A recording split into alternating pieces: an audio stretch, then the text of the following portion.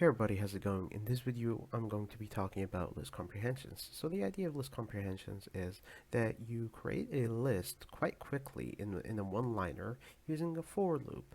That according to a set of rules, so you can fill up a list really quickly. So for example, let me show you.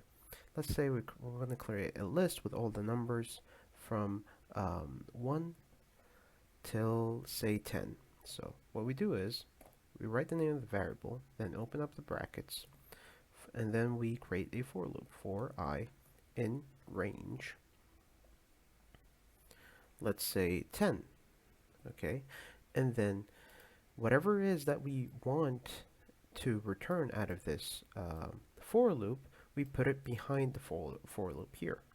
So if we go ahead now and print out this list,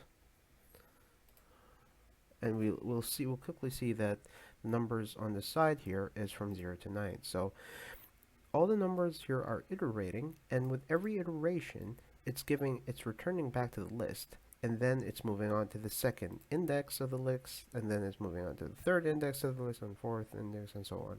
So it's building up it gradually in a one-liner. Let's say I want to power all the elements from 0 to 9 pop by 2. We can simply do something like this. As you can see here on the right side, it's 0, 1, 4, 9, 16, 25, 36, 49, 64, all the way 81. What they all have in common is that they're all powered. So what we do here is we create a for loop, and then we return something from this for loop. And if we want to make some changes, then we simply do them here on the fly. And that's basically what list comprehensions are. That's how they work.